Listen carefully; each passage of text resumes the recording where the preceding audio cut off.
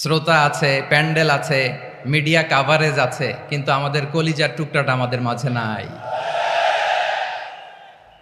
আজকের এই প্রোগ্রামে আলোচক হয়ে এই চেয়ারে আমি না বসে ওই শ্রোতাদের কাতারে বসে যদি আমাদের আল্লামার নুরানি চেহারার দিকে তাকিয়ে ওয়াজ শুনতে পারতাম, আমাদের হৃদয়টা ঠান্ডা হয়ে যেত, আমাদের তৃষ্ণার্ত হৃদয় শান্ত হতো। সব আজকে আছে, কি যেন নাই, ঠিক কিনা বলেন? আল্লাহ তাআলা প্রতি 100 বছরে একজন মুজাদ্দিদ পাঠায়, প্রতি 100 বছরে একজন মুজাদ্দিদ, যিনি সমাজকে সংস্কার করেন। আল্লামা দেলোয়ার হোসেন সাঈদী রাহিমাহুল্লাহ ছিলেন তেমন একজন মুজাদ্দিদ। চিৎকার করে বলেন ঠিক কিনা? উনি শিরক বিদআতের আস্তানাকে তছনছ করে দিয়েছেন, তাওহীদের বাণীকে সমুন্নত করেছেন, গণমানুষের কাছে তাফসিরুল কোরআনকে জনপ্রিয় করেছেন। আজীবন তিনি ইসলামকে বিজয়ী শক্তি হিসেবে দেখার স্বপ্ন দেখতেন।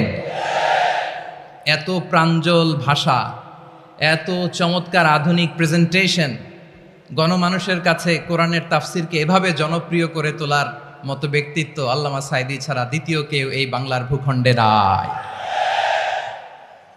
এই যে তাফসিরুল কোরআন, এই যে টার্মিনোলজি, এই টার্মটাই উনি আসলে জনপ্রিয় করেছেন। আমরা আগে জানতাম না যে এভাবে তাফসির করা যায়, এভাবে scientific indications of the Holi কোরআনকে মানুষের কাছে পেশ করা যায়, এভাবে এত জীবন ঘনিষ্ঠ করে, এত ইন্টারেক্টিভ করে কোরআনের কথাগুলো মানুষের কাছে উপস্থাপন করা যায়। উনি অন্যায়ের বিরুদ্ধে সবসময় সোচ্চার ছিলেন, প্রতিবাদী কণ্ঠস্বর ছিলেন।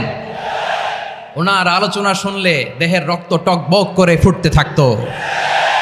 আল্লাহু আকবার, আল্লাহু আকবার, আল্লাহু আকবার। He was a strong mouthpiece of Islamic revivalism. Islamic জাগরণের স্ট্রং মাউথপিস ছিলেন আল্লামা সাঈদী রাহিমাহুল্লাহ। অনেক দোয়া পেয়েছেন, আমরা পড়েছি, এমন জীবন তুমি করিবে গঠন, মরণে হাসিবে তুমি, কাঁদিবে ভুবন। গোটা বিশ্বকে তিনি কাঁদিয়েছেন। আল্লামা যখন ইন্তেকাল করলেন, আমি তখন মালয়েশিয়া থেকে যুক্তরাষ্ট্রে একটা কনফারেন্সে যোগ দিতে যাচ্ছি, কাতার এয়ারলাইন্সে। মালয়েশিয়া থেকে দোহাতে নামলাম। দোহায় যখন আমার ট্রানজিট, তখন শুনতে পেলাম যে আল্লামা বিদায় নিয়েছেন। সোশ্যাল মিডিয়ায় শুনে বিশ্বাস করতে পারলাম না। মুহূর্তের মধ্যেই মাসুদ সাঈদী ভাইকে মেসেজ করলাম, উনি কোনো উত্তর দিতে পারলেন না। মাসুদ ভাইয়ের সাথে যখন কোলাকুলি করি, আমাদের শামীম ভাইয়ের সাথে যখন কোলাকুলি করি, মনে হচ্ছে আল্লামা সাঈদীর ঘ্রাণ পাই। শরীরটা লিটারালি কাঁপছিল, নিজেকে মানাতে পারছিলাম না, বিশ্বাস করতে পারছিলাম যে আসলে আল্লামা বিদায় নিয়েছেন। ইন দ্য মিন টাইম আমার সেকেন্ড ফ্লাইট, দোহা টু নিউ ইয়র্ক, 12 ঘন্টার ফ্লাইটে উঠলাম। ইন্টারনেট থেকে বিচ্ছিন্ন হলাম। নামার পরে শুনলাম আল্লাহু আকবার, যেখানে ওনাকে কবরস্থ করার কথা ছিল সেখানেও কবর দিতে দেয়া হয় নাই। ছবিগুলো দেখতে লাগলাম, হাসিমাখা মুখ, হাসিমাখা নিথর দেহটা, মরণে হাসিবে তুমি, কাঁদিবে ভুবন। From east to west, from north to south, the entire globe, গোটা বিশ্ব ওনার জন্য কেঁদেছে, গোটা বিশ্ব কেঁদেছে। কাবার গিলাফ ধরে ধরে মানুষ চিৎকার করেছে। এর চেয়ে শ্রেষ্ঠ মৃত্যুকার হতে পারে? আমাদের আল্লামার আর কি পাওয়ার ছিল বলেন? আর কি পাওয়ার ছিল?